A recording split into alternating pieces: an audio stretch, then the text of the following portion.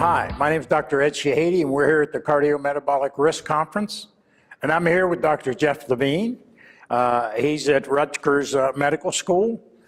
He has a real interest in obesity and also has a real interest in issues with women's health. That's right.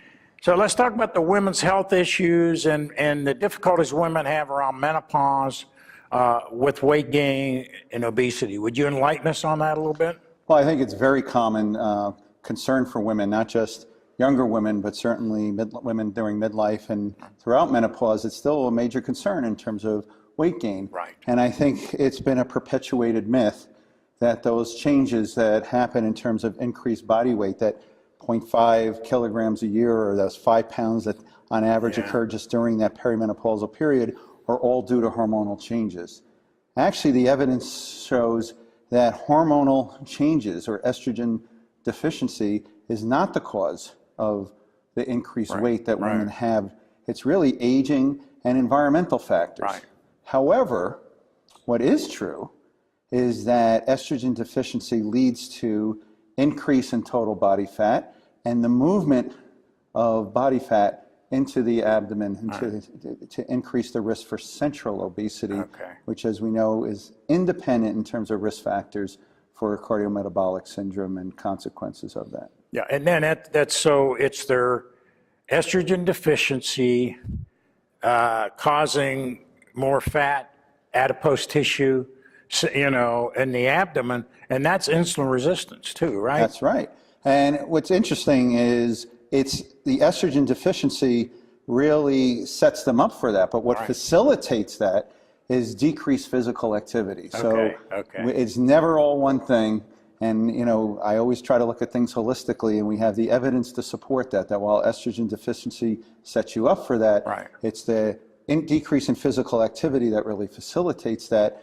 And you got to think of all this adipose fat, this central fat, as being an organ in itself, because it secretes these adipoconines and all these other substances that are associated with metabolic syndrome and increasing risk for type 2 diabetes, independent of BMI. Okay, so what do we do about it? What do we advise our patients? How do we help them prevent it or treat them as they're gaining weight?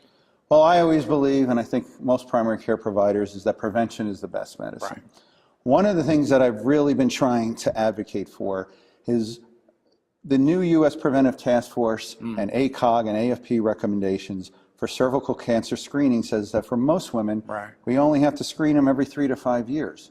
That doesn't mean tell your patient, just come in every 3 to 5 years. What it means is, instead of you're having your patients get undressed, if you're a male clinician, getting a chaperone to come in with you and performing, no matter how gentle you think you are, an uncomfortable exam. Absolutely. We should be utilizing that time during the annual well woman visit to now address things that we don't typically feel we have the time to do. Diet, exercise, contraception, sexual function, physical or emotional abuse.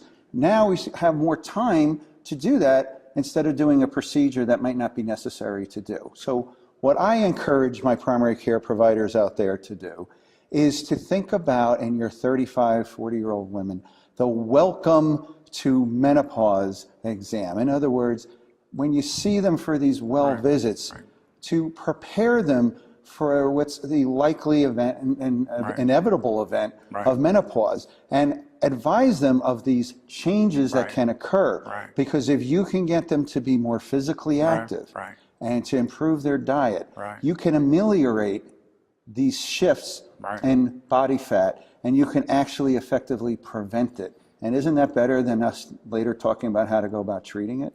No, absolutely. So I really like that. Because we do, you know, the annual exam was a pap smear.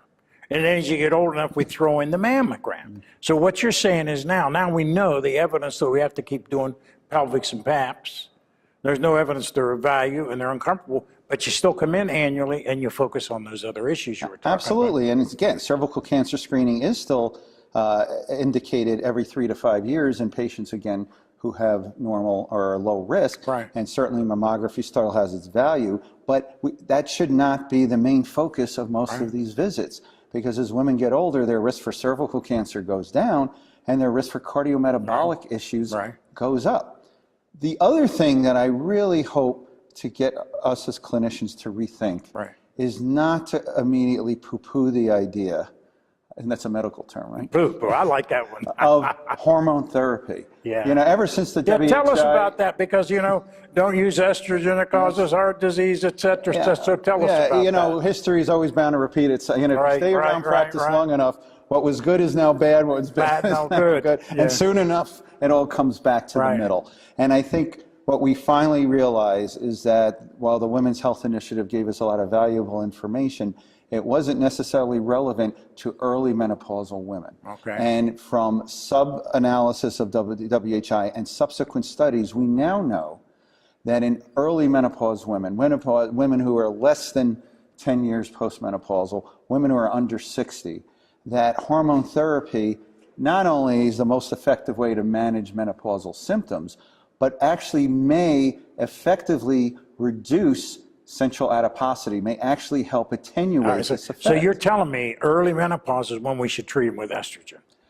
Symptomatic patients. Okay, ones that are getting hot flashes, okay, gotcha. If you have a patient who is suffering, it's impairing their quality of life.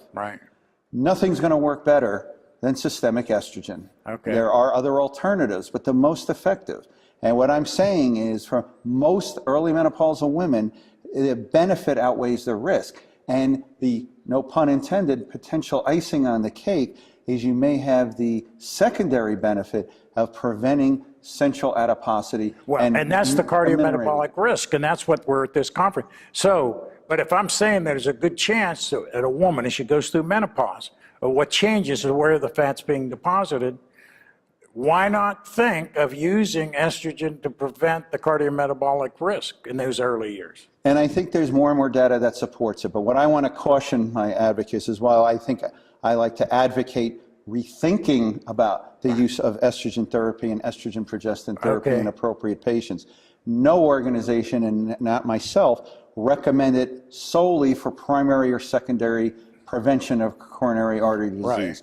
I think there's evidence that is promising at prevention of diabetes and prevention of cardiometabolic issues, including heart disease, but it is not something that I would recommend an asymptomatic patient. But if you can get two bangs for your buck, improve quality of life by reducing symptoms that can be impairing a woman's ability to enjoy life or function, and potentially down the road, reduce her cardiometabolic risk, it's something we should be rethinking in those ways. Excellent. Well, that's all good advice. Thank you very much for being here, Jeff. Always a pleasure. And again, I can't tell you how much I love coming back here every year. And what a wonderful conference this is. And I really encourage anyone who hasn't been here to come back, to come visit us. And those who have been, I'm sure will know how much they appreciate it. And we appreciate that advertisement and your dedication. Checks in the mail, right? Absolutely. Thanks a lot. All right. Thank you, buddy. All right.